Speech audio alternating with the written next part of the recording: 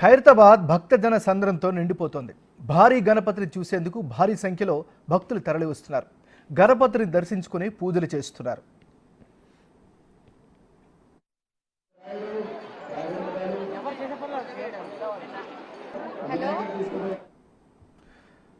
ఖైరతాబాద్ భక్తజన సంద్రంతో నిండిపోతోంది.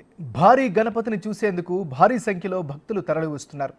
గణపతిని దర్శించుకుని పూజలు చేస్తున్నారు. ఇక ఇదే అంశానికి సంబంధించి మరిన్ని వివరాలు మా ప్రతినిధి అంజుమా అందిస్తారు. అంజుమా, చెప్పండి.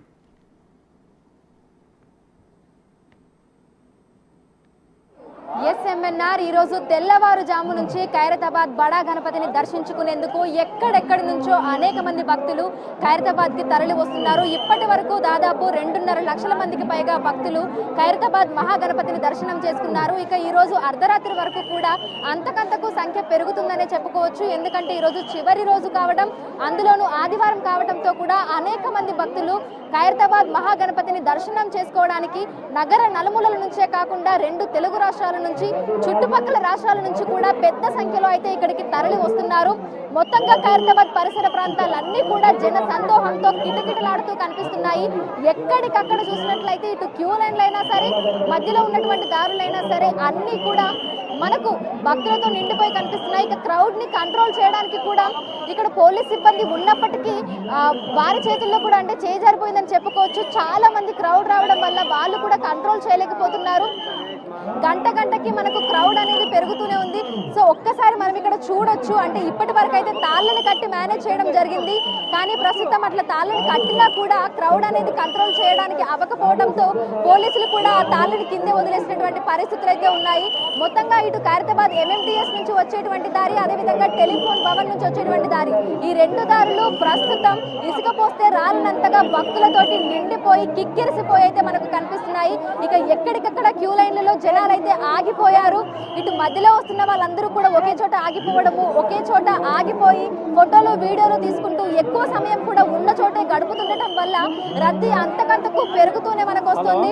ఇక 400 మంది పోలీస్ సిబ్బంది ఇక్కడ ఉన్నట్లుగా అయితే మనం చెప్పుకున్నాము. కానీ ప్రస్తుతం మనం ఫీల్డ్ లో చూస్తే మనకు ఎక్కడికక్కడ కూడా పోలీసులు కొంతవరకు తక్కువగానే కనిపిస్తున్నారు. వారు కూడా క్రౌడ్ ని కంట్రోల్ అయితే చేయలేకపోతున్నారు.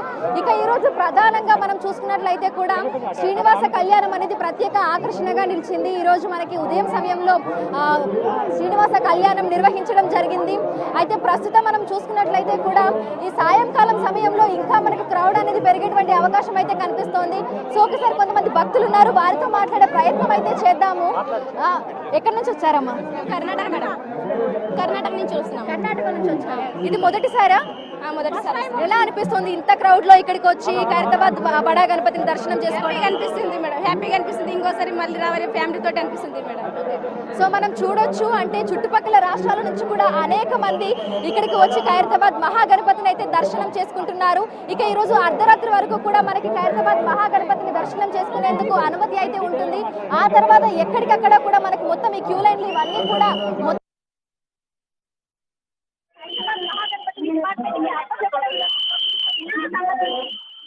డిపార్ట్మెంట్ కి అప్పచెప్పడం జరుగుతోంది. ఇక ఇందుకు నిమజ్జనపు ఏర్పాట్లు కూడా ఇక్కడ త్వరితగతిన జరుగుతున్నాయని మనకి గణేశోత్సవ కమిటీ కూడా తెలపడం జరిగింది.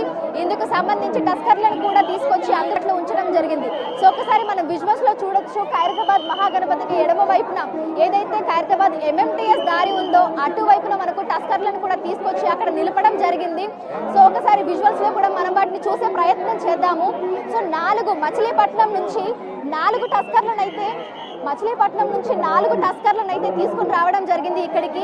ఈసారి ప్రధానంగా 70 అడుగులలో మనకు ఖైరతాబాద్ మహాగణపతి దర్శనం ఇస్తున్నారు. సప్తముఖ మహాశక్తి గణపతిగా 70 అడుగులలో గణేశోత్సవ కమిటీ పెట్టి 70 ఏళ్ళైనటువంటి సందర్భంగా భక్త కోటికి ఆయన సప్తముఖ మహాశక్తి గణపతిగా దర్శనం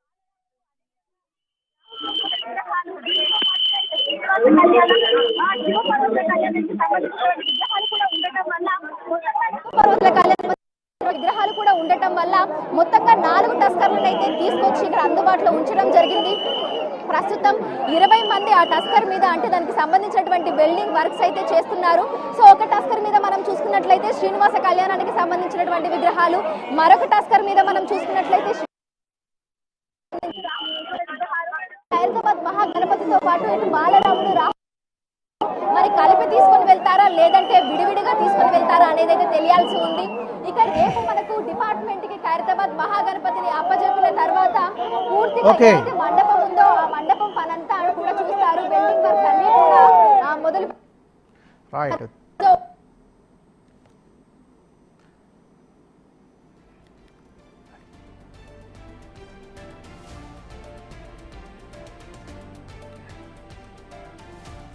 మనం బులెటిన్లో బ్రేకింగ్ న్యూస్ చూస్తున్నాం. ఖైరతాబాద్ ప్రాంతమంతా భక్త జనసంద్రంతో నిండిపోతుంది.